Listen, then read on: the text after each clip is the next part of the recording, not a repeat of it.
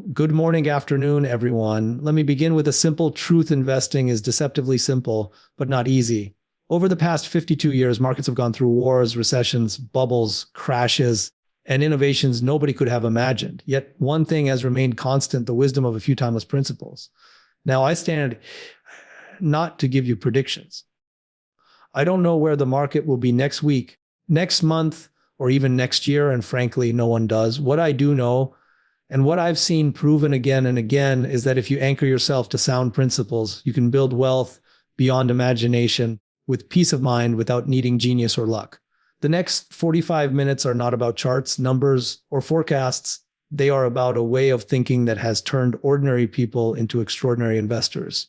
If you stay with me till the end, I promise you'll walk away with insights distilled from half a century of triumphs and mistakes. Wisdom that can not only change your financial future, but also the way you make decisions in every area of life. So I invite you, put aside distractions, open your mind, and let's take this journey together. 52 years of investing wisdom in just 45 minutes. When we talk about investing, most people immediately think of stock tips, hot companies, or the next big thing around the corner. But if I've learned anything over 5 decades of watching markets and investing, it's this: the real game is not about chasing quick gains.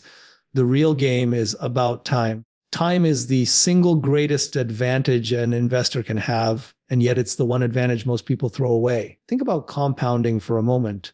Einstein is often quoted as saying compounding is the eighth wonder of the world. Whether he actually said it or not doesn't matter.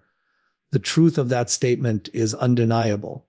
If you take even a modest sum, let's say $10,000, and let it grow at a reasonable rate of return, nothing extraordinary, just an average return of 7 or 8% a year. You don't have to touch it. You don't have to do anything dramatic. You simply let it compound. In 30 or 40 years, that small sum quietly snowballs into something extraordinary.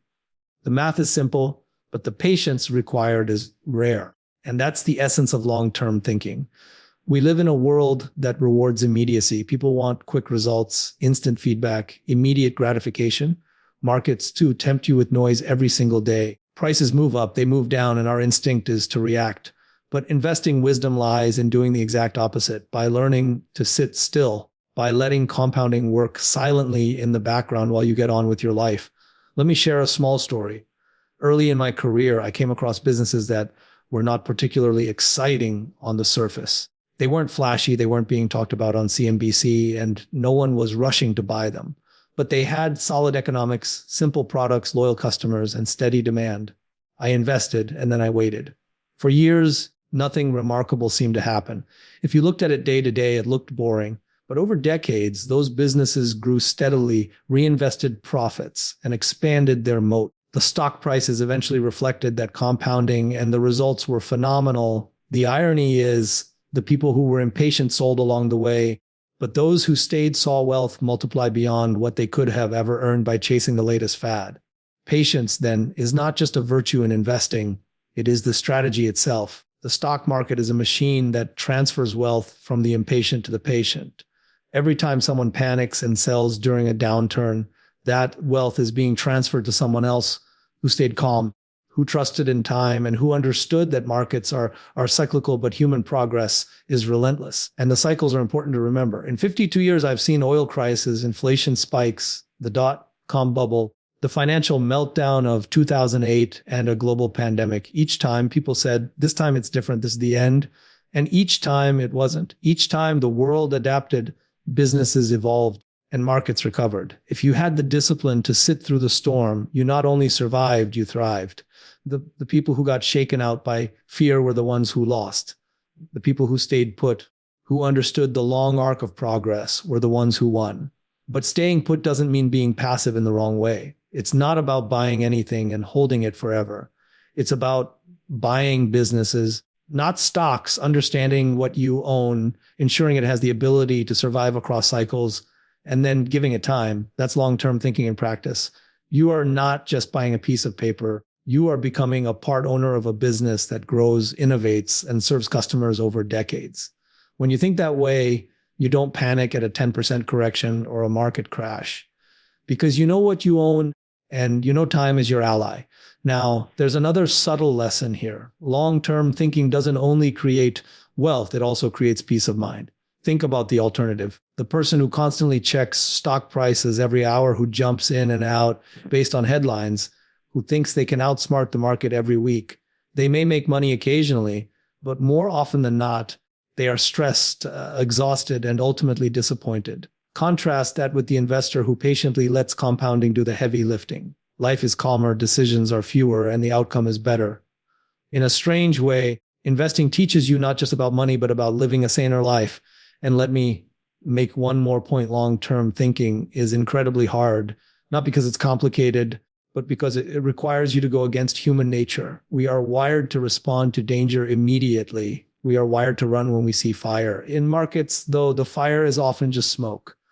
You have to train yourself to pause, to resist the urge to react, and to trust in the passage of time.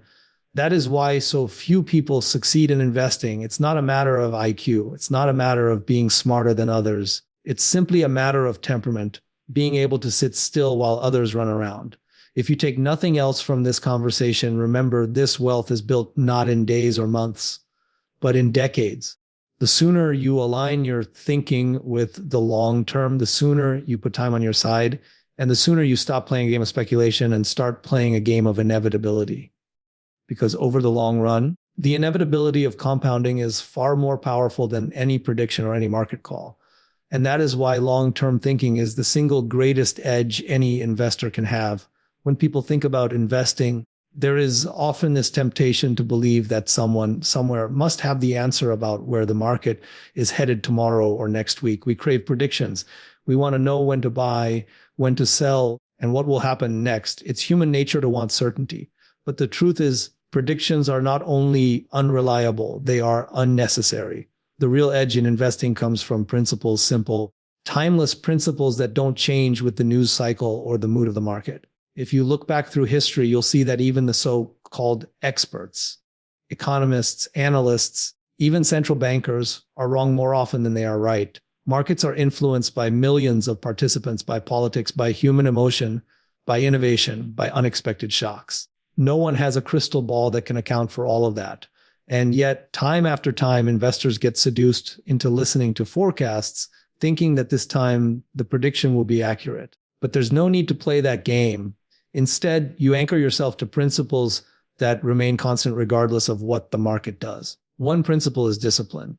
Discipline to stick to a strategy you understand. Discipline to say no to opportunities that don't make sense. Discipline to resist the urge to chase after what everyone else is chasing.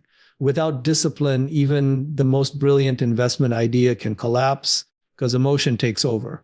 Markets test your patience, they test your resolve, and without discipline, you end up reacting instead of thinking. Another principle is diversification. It doesn't mean you spread yourself thin across hundreds of stocks without conviction. It means you avoid putting all your eggs in one basket. Even the best businesses face risks we cannot foresee: regulation, disruption, geopolitical shocks. By diversifying intelligently, you protect yourself from catastrophic loss. You don't need to own everything, but you need enough spread that no single event can wipe you out.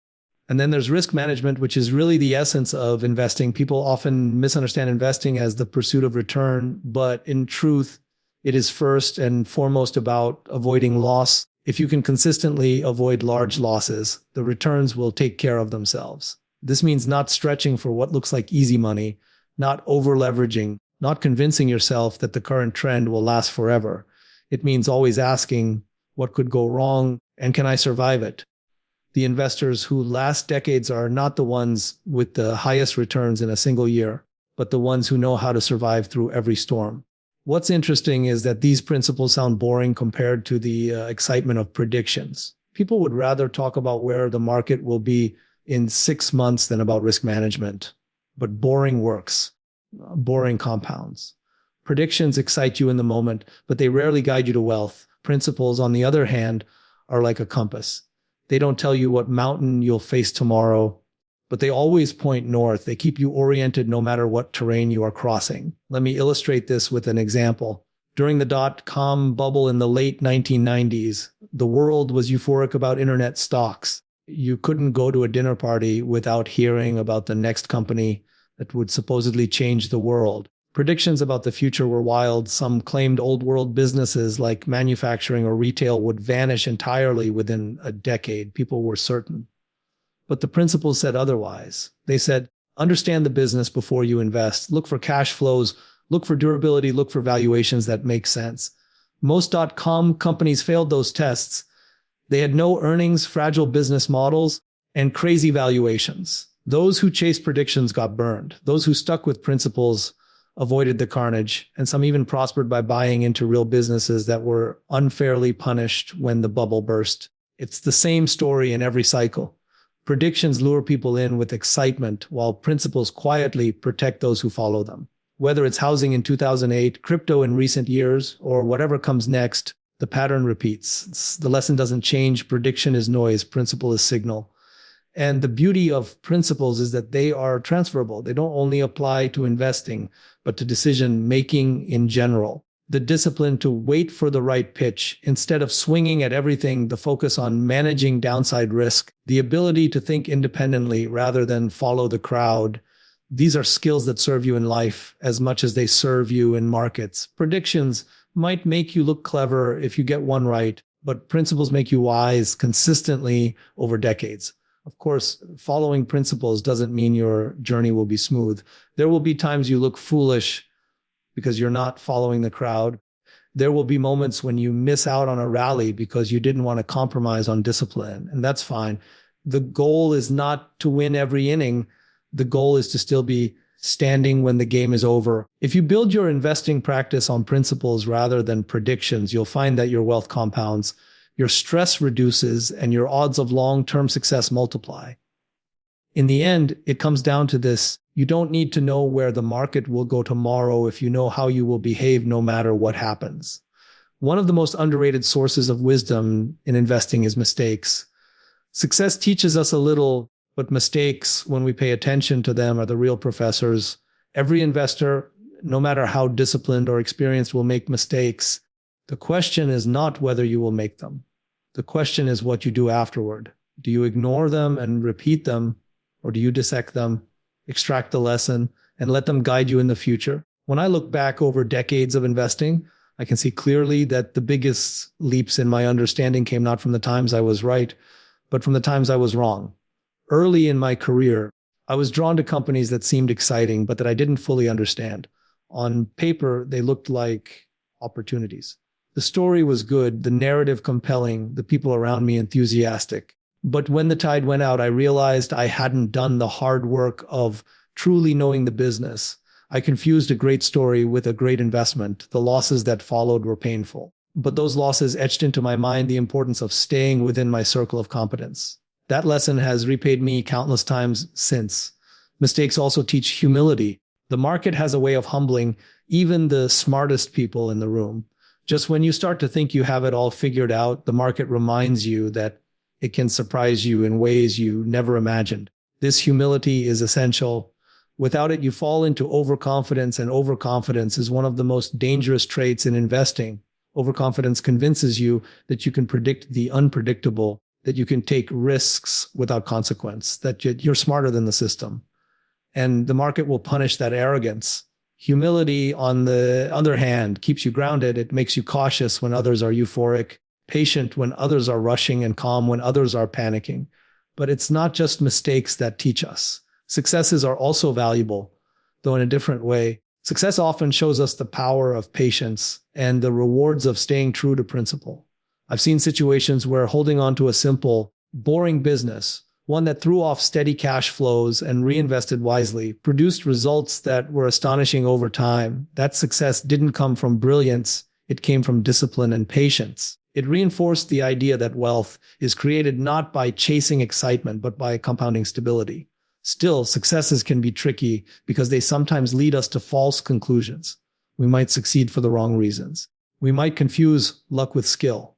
And if we don't examine success carefully, we can learn the wrong lesson. For example, an investor might make money speculating during a bubble and come away thinking they have discovered a superior strategy.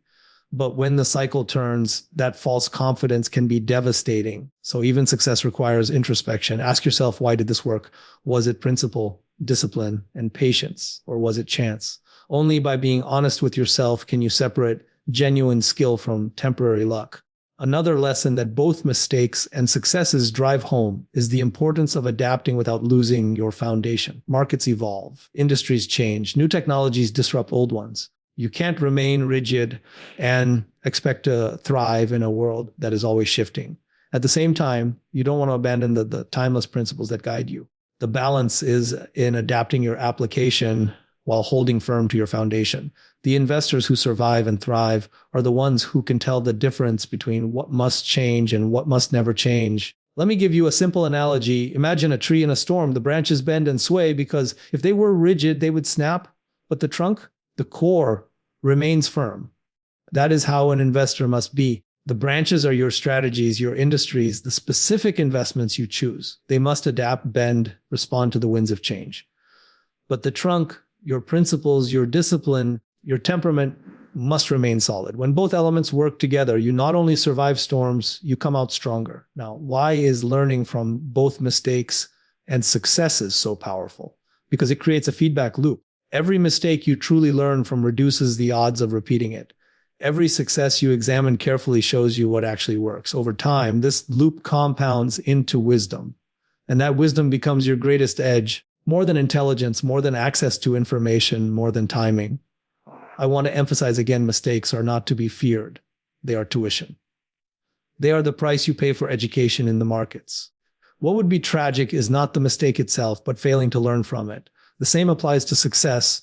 Don't let it make you blind. Let it sharpen your understanding.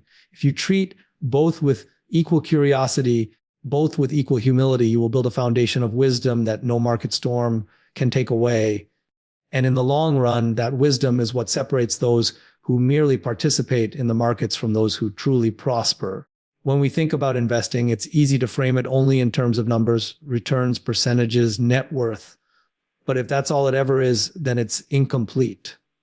Because money, at the end of the day, is just a tool. The real purpose of investing is not to accumulate money for the sake of money. It's to create freedom, impact, and ultimately a legacy that outlives us. Wealth on its own is fleeting. Wisdom applied to that wealth, that's what endures. Over the years, I've seen people build fortunes and yet live lives of quiet misery because they never ask themselves the deeper question, what is all of this for? What does this accumulation mean? Investing is not just about compounding capital. It's about compounding values, compounding lessons, compounding the kind of life you want to lead and the imprint you want to leave behind. Think about it this way. When you invest with patience and discipline, the compounding takes care of your financial future. But what you choose to do with that future is what gives meaning to the numbers in your bank account. It might be supporting your children or grandchildren so they don't have to start from zero. It might be contributing to causes that matter to you. It might be simply having the time to pursue your passions without the constant pressure of survival. Whatever form it takes, the purpose is larger than money. I've also come to realize that legacy isn't built in one dramatic gesture. It's built in small, consistent choices over time, just like investing itself. Every decision you make, whether to act with integrity, whether to pass on principles to your family, whether to align your money with your values, adds up. These small decisions compound in the same way dollars do. And one day, you look back and realize you've created something that will last beyond you. Now, legacy doesn't have to mean philanthropy on a grand scale. It doesn't have to mean putting your name on a building. It can be as simple as teaching your children not only how to save and invest, but how to think about money with wisdom. It can be instilling in them the discipline of patience, the courage to avoid greed, the humility to admit mistakes. If you pass down wealth without wisdom, chances are it will be squandered. If you pass down wisdom even without wealth, chances are it will create wealth in the future. But if you can pass down both, you create something truly enduring. There's also a personal dimension to this. When you invest with a long-term view, when you anchor yourself to principles, when you learn from your mistakes, you find that you not only accumulate money, but also a certain peace of mind. You're not constantly chasing, constantly worrying. That peace allows you to live more fully, to focus on what really matters, to deepen your relationships, and to contribute in ways that money alone cannot. In that sense, the greatest return on investment is not financial. It's the life you're able to live because you manage money wisely. Another aspect of legacy is integrity. The way you make your money matters. Wealth gained by cutting corners or exploiting others leaves behind little more than regret. Wealth built on patience, value creation, and honest principles leaves behind a story that inspires. People remember not just what you accumulated, but how you accumulated it. And when you align your investing with integrity, you ensure that your legacy is one of respect rather than resentment. I think of legacy also in terms of time. Money can buy many things, but its greatest gift is the freedom of time. Time with family, time for reflection, time to do work that matters. If investing wisely buys you that freedom, then the legacy you leave is not only financial, but also experiential. The memories you create with the people you love, that is also a form of wealth, and perhaps the most valuable kind.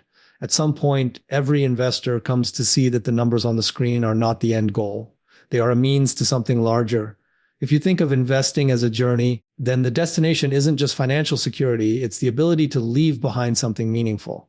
A well-lived life guided by patience, discipline, humility, and integrity, that is the ultimate legacy. So when you think about your own path, ask yourself not just how much money you want to accumulate, but what you want that money to represent. Because if investing has taught me one truth, it's this: the numbers fade, but the impact of how you lived and what you passed on endures.